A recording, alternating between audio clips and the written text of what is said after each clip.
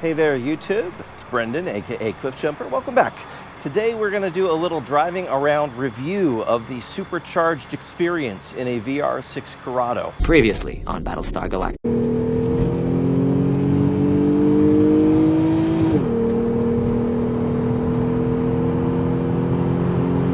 That'll do. That'll do.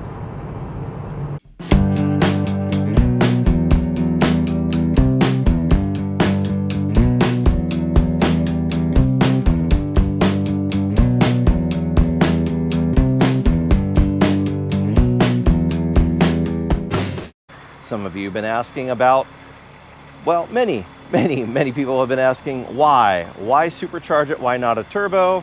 My reasons are not for everybody, but that's the beauty about being in a part of a car enthusiast community. There are a lot of different tribes, there are a lot of different approaches, and there are a lot of different things you can do to customize your car. And at the end of the day, if you are happy with the way your car is behaving and what it's doing, that's what it's all about. You enjoying the experience, because you're the one sitting behind the driver's wheel, and either you like it or you don't. So I happen to like it. We're going to talk about it. So one of the things I want to talk about is why this supercharger. Before we start to talk about supercharging versus turbo, why this supercharger? One of the things I'd like to point out is it's pretty quiet. Like, I can talk above it, I don't have to shout, and it doesn't sound very different than a normal VR6 motor as it's running. There's a little bit of a whooshing noise as the impeller is turning, but overall, the Z Engineering Supercharger, which VF Engineering used to sell here in the United States, is pretty quiet. And even under boost, you'll hear it when we go drive here in a moment, but I like subtle. Subtle is good. And if you want a loud supercharger experience, then definitely the Vortec is the way to go. There are a few different ones and they're all different loudness. This one is quiet and I kind of like that. Why supercharge a VR6 instead of doing a turbo like it seems everybody else and their mother would?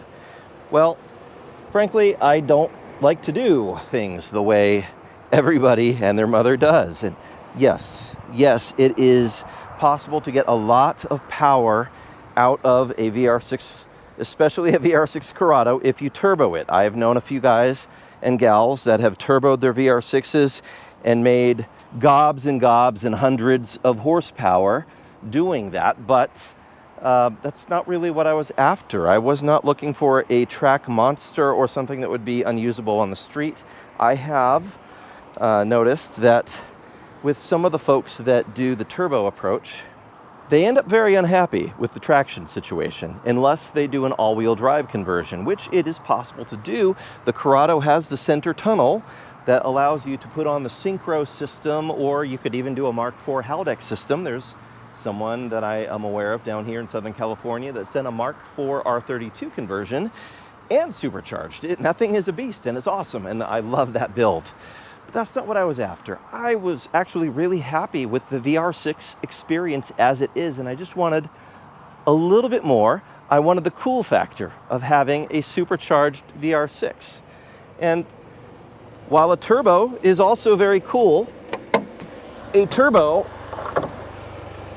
is really hard to get past Smog here in California. And because there was a company way back in the day that went through the pains of getting CARB certification for their supercharger kit on a VR6, it makes it possible to get your VR6 to pass Smog in California. Now, it's a gray area of the law, to be fair.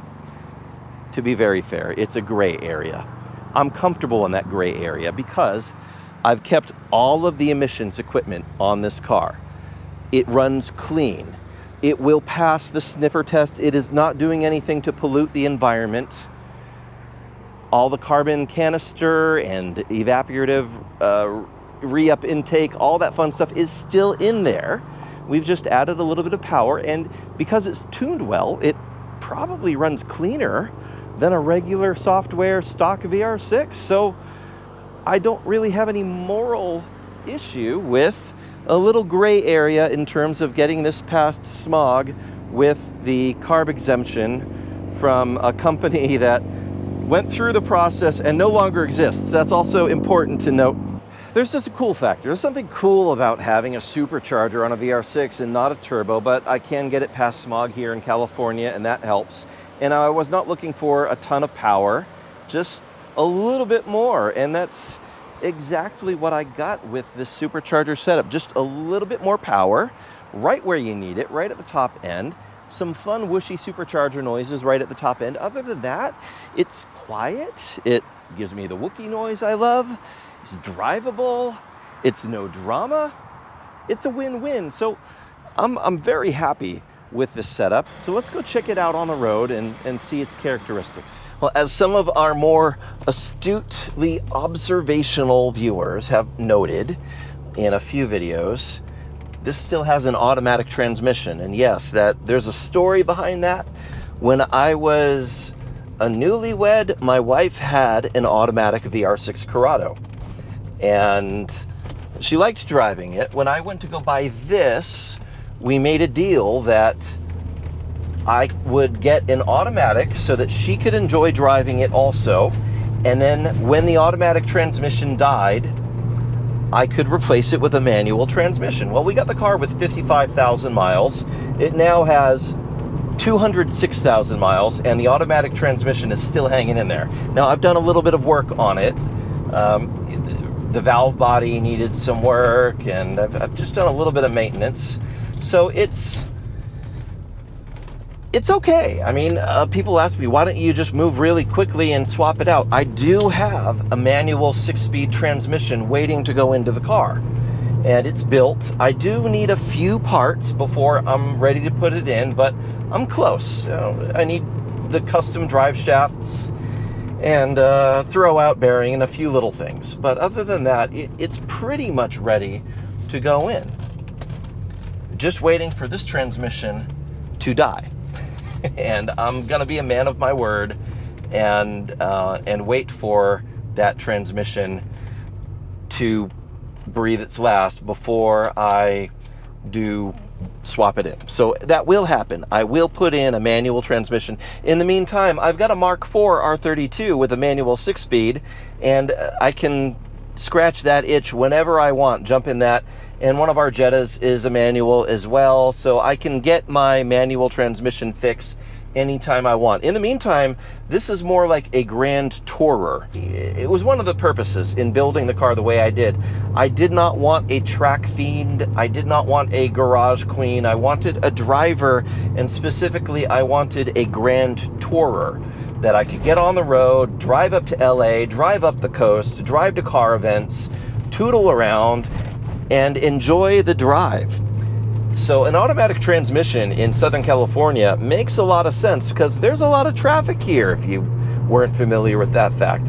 Like the other night, we drove home from Radwood, LA, or Radwood, SoCal, and it took us over 2 hours in traffic. It was stop and go. That sort of thing is absolutely miserable in a manual transmission. So the automatic really helps for that, and I'm glad to have it for those reasons. But I'll be glad to put in a manual when I have the opportunity.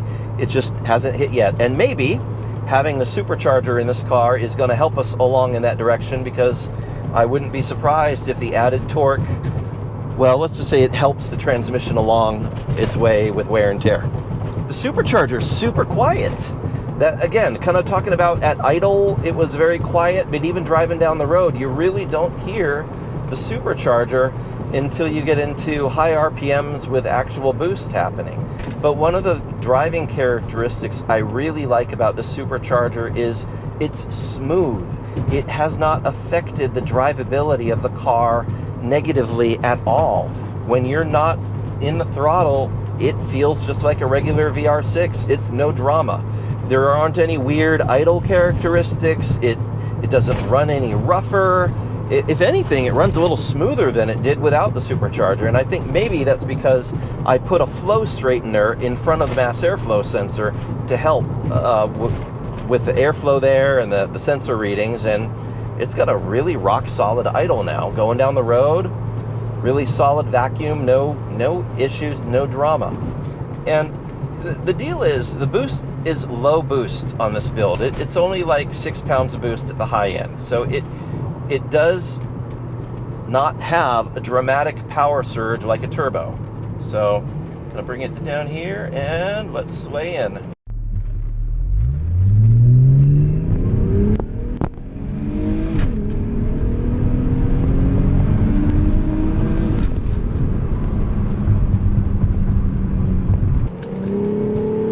So that's like 4 pounds of boost.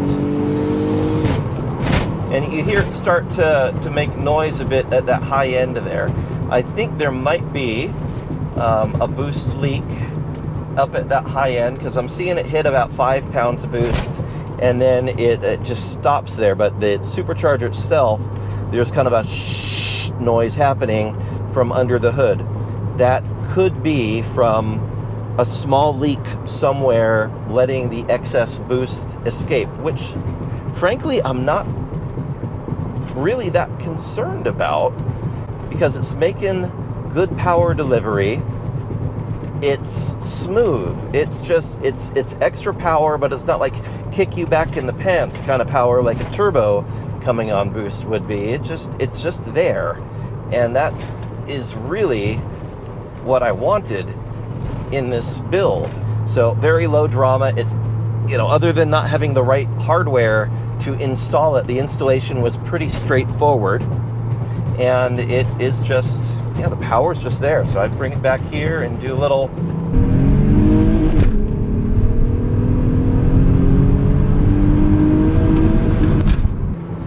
just enough power to, you feel it at that top end, where a VR6 normally has its power drop off is right where this is kicking in.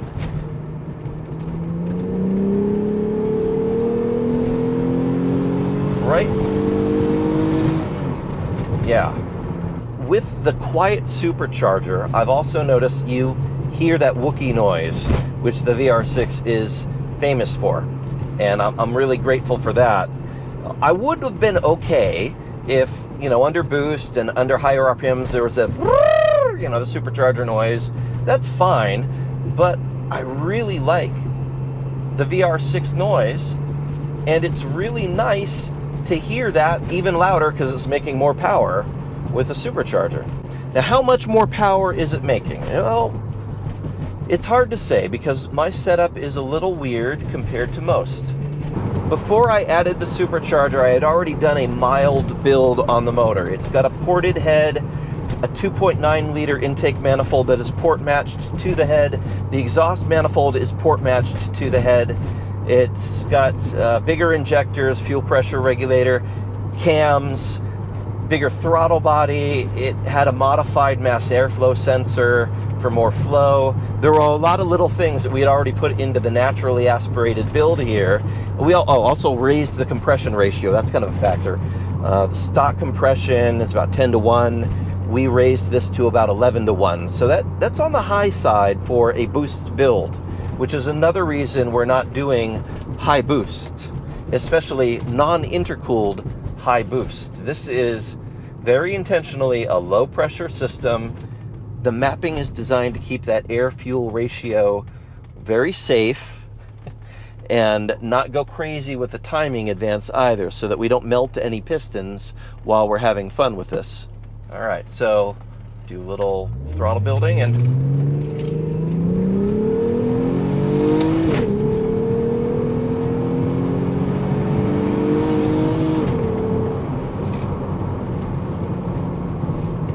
fun stuff.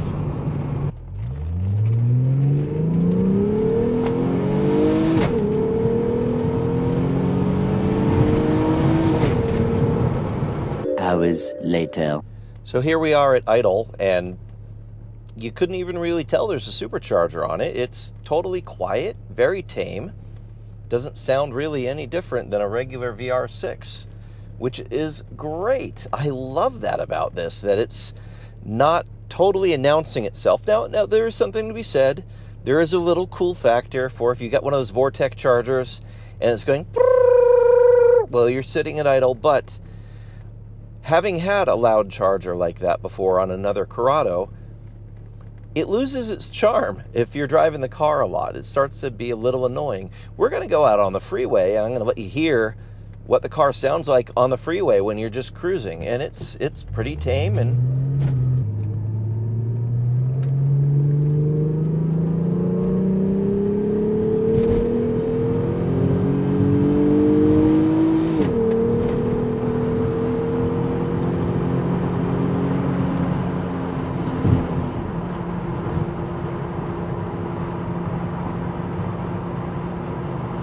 so we're just at a nominal freeway speed right now, and it just, again, kind of sounds like a, well, mildly worked over VR6 motor. You've got the VR6 noise,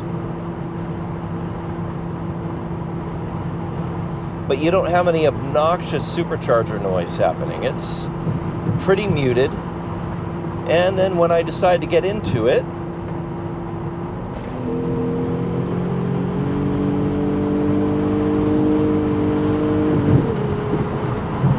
it's there. The power is there. Yep. Very happy with this choice. This'll do. If anything, the wind noise is louder than the supercharger. But when you do get into boost, you hear that whoosh as it really builds up pressure. And again, we're not talking a lot of pressure. We're only talking like 5-6 pounds of boost at the high end. But it's enough to make some noise, and it's definitely enough to make some power that you can feel. The rest of the time, it's just tame. It's very understated, very subtle, which is exactly what I wanted.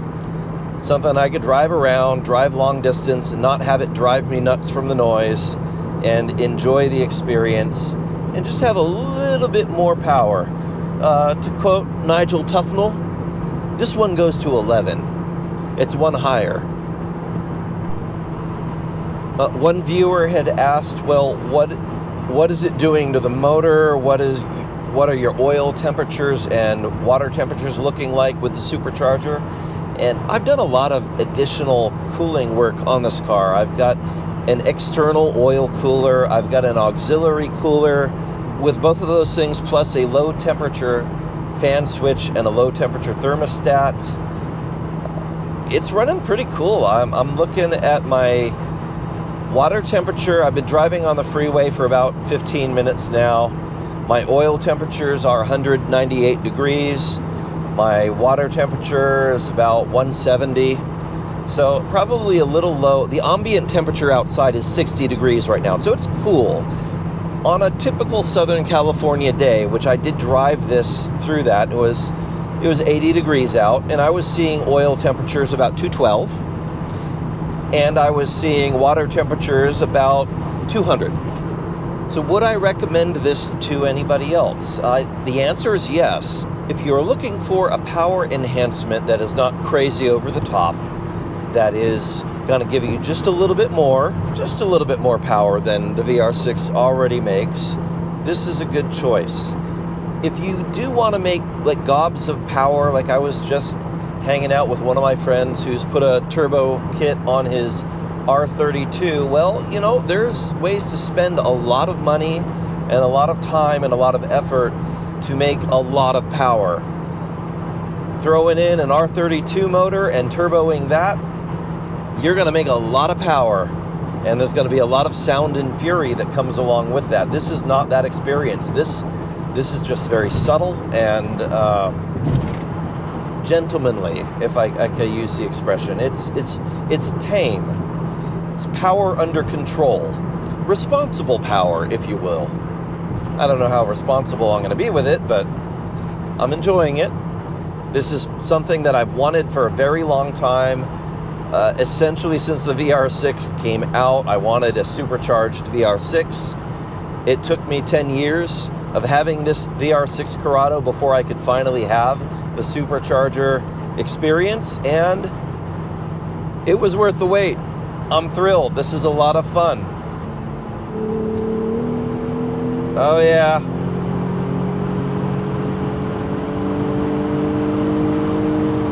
Oh yeah. Oh yeah. And it has not lost that Wookiee noise that the VR6 is famous for, so thumbs up for that. You can find them used, as I did. I lucked out and I found one that had been freshly rebuilt and reconditioned and was ready to go. You can still buy a brand new VF Engineering Mk4 VR6 Supercharger kit. Now, they do use the Vortec units. Those do require plumbing in the oil feed and return lines because they're not self-oiling. There are people that have used a version of the Vortec that is self-oiling and swapped that in.